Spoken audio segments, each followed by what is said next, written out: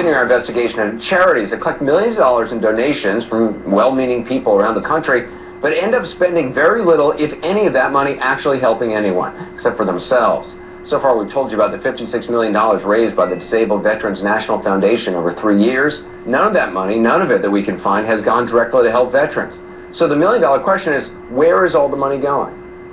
As far as we can tell, up to the 10th floor of this Manhattan office building to a company called Quadriga Art, a company that specializes in fundraising. And as far as we can tell, Quadriga Art knows a lot about fundraising for itself. The company, again, is called Quadriga Art. Now, they provide mailing lists to groups like DVNF, but Drew's had trouble getting answers to what it's been doing with all the money. Watch. Yes, Drew Griffin, Griffin. Yeah, he is not here. This is already. Oh, I'm trying to reach Mr. Shuloff. Oh, he's not in. Well, as we mentioned, Drew's reporting on the Disabled Veterans National Foundation caught the attention of the Senate Finance Committee.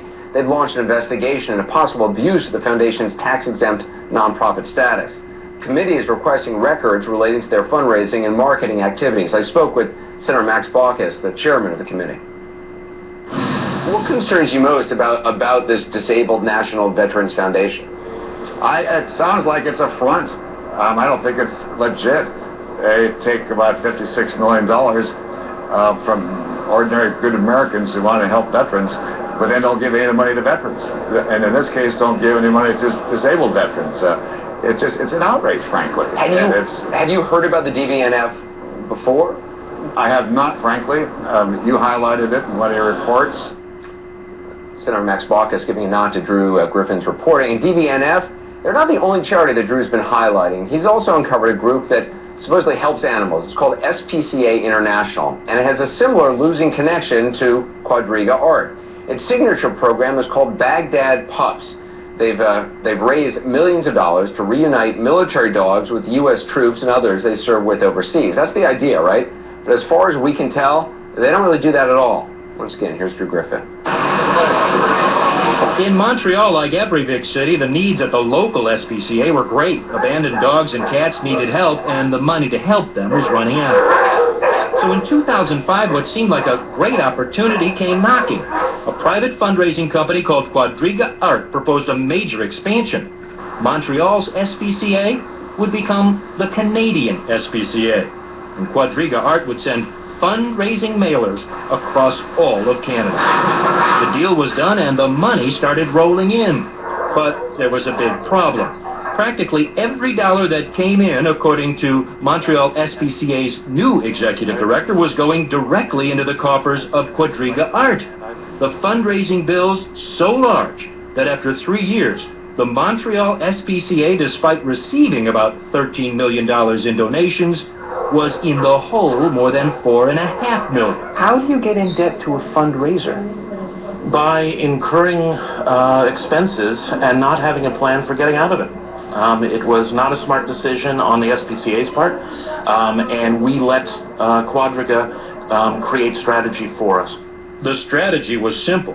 Quadriga Art would send out pleas for money on behalf of this shelter, include tote bags and other gifts made by Quadriga Art's Chinese factory.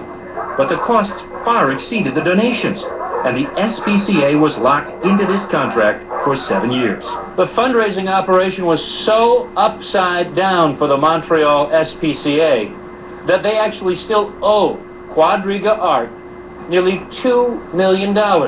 And Quadriga has even taken out a lien on this animal shelter. It's a lot of money. It's a lot of money, but it's a lot less than the $4 million we owed them 7 years ago. Quadriga Art and its president, Mark Shuloff, pictured here in an ad for an unrelated charity, have repeatedly refused interview requests to explain its unique process of raising money. A public relations firm explained that the cost of beginning and raising funds by Quadriga involved long-term strategies to develop donor lists, creating databases that would eventually pay off. The spokesman told us, quote, "This has been a proven model for 50 years, despite being criticized by some charity watch groups." But at the Montreal SPCA, where the Quadriga Art contract has been running for nearly 7 years now, the results have been a disaster. Will you sign with them again? Probably not. And that is hardly the end of this story. Mr. Barnardi. My name is Drew Griffin. I'm with CNN. Yes. Meet Pierre Barnardi, fired by the Montreal SPCA board, only to emerge as the founder of a new U.S.-based charity, SPCA International.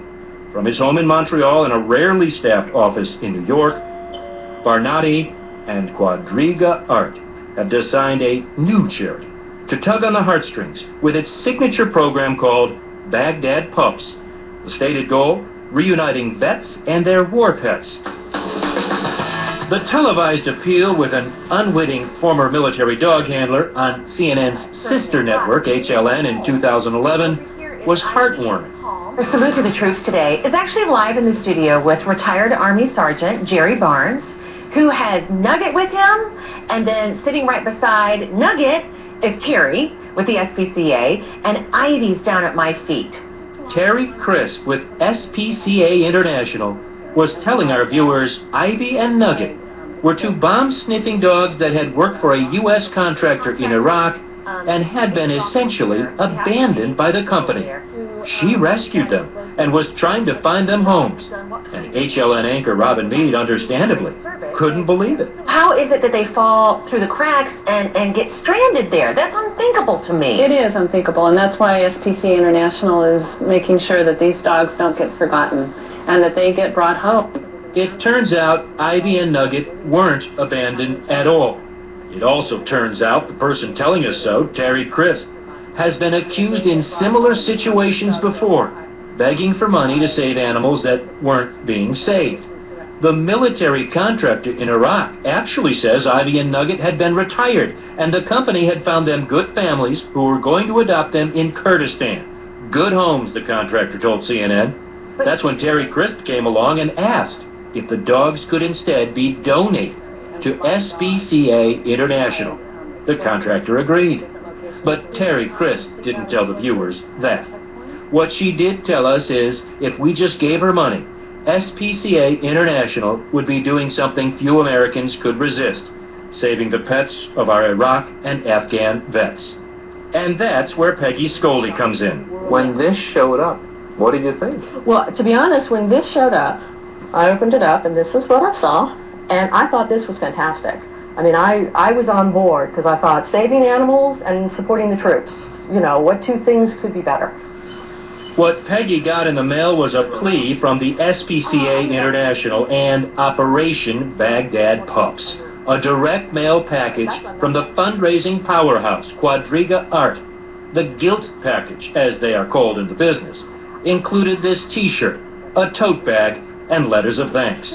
Peggy decided to do a little research. 6 cents out of $1 approximately would have gone to actually saving soldiers' pets. That's what you figured out? Yes, based on what they spent in 2010 on the Operation Baghdad Pups. In fact, according to these IRS tax filings, SPCA International has taken in more than $26 million in donations over the past 3 years. $23 million of that money has gone right into the coffers of the direct mail company Quadriga Art. And SPCA International is still in debt to Quadriga Art, another $8.4 million. What's worse, the SPCA International admits it hasn't rescued any military dogs, just 26 contractors' dogs, including Ivy and Nugget. The bulk of the animals the group claims to have saved, a total of 477, have been strays befriended by the troops. $26 million to rescue less than 500 pets? How is that possible? That's what we wanted to ask the group's founder, Pierre Barnardi, who lives in Montreal. I'm wondering what you can tell us about the value of the donors. Where is the money going? Well, we have different programs, and the site covers it all. Again, I haven't seen any of that. I'm not trying to hide or to avoid any question, but we have a spokesman. She has the answer ready for you. She has agreed to give you an interview. Can you just tell us how? Oh, absolutely. All you have to do is go on spcai.org.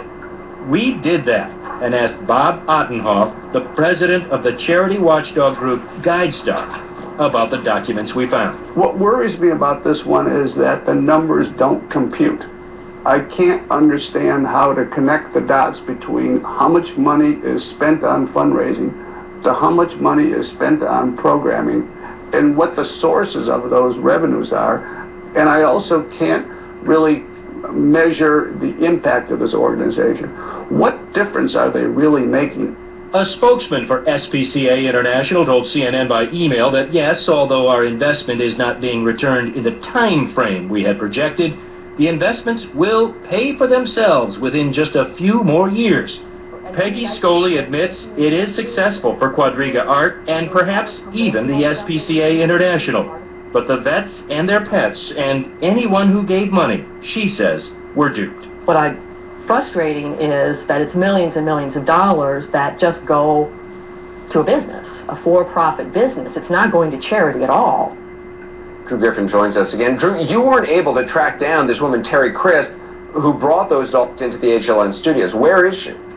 Anderson, we're told she's in Thailand, and supposedly that makes her unavailable, but there's something else we learned after digging into Terry Crisp and her background. She's done this before. After Hurricane Katrina, Crisp staged media campaigns asking for donations to save pets stranded by that storm. And she actually collected $8 million for this charity called Noah's Wish. Well, guess what? The state of California, where that Noah's Wish was registered, they began investigating to see if any of the $8 million actually saved any Katrina pets. The investigation ended with a settlement. The agreement was Noah's Wish returned half the money, $4 million, and made a promise that Terry Crisp would not be an officer, director, or trustee of any charity for 5 years. So we called up the state of California, and they are now investigating to see if Terry Crisp violated that agreement. This isn't fair. I mean, I remember this woman after Katrina. We did a profile of her on our program. She told us she was saving thousands of dogs. Is there any evidence she saved any? According to the state of California Attorney General's office, that settlement agreement finds only that some money went to program services, and specifically, Anderson, overhead. There's nothing that says even a single pet was saved from Hurricane Katrina. And now this woman's going around again telling us we need to give her money to save stray animals now in Iraq and Afghanistan. Again, if these people were on the up and up, they would want to clear their names and they would come for an interview. She's claiming, they're claiming she's in Thailand and unavailable. I mean, I was telling you this before. I've lived in Thailand. There's plenty of phones. They got internet connections, quite good ones. She could reach out. She could try to answer some questions. It's absurd. Drew, appreciate you staying on it. Amazing reporting. Up next, after seeing what Drew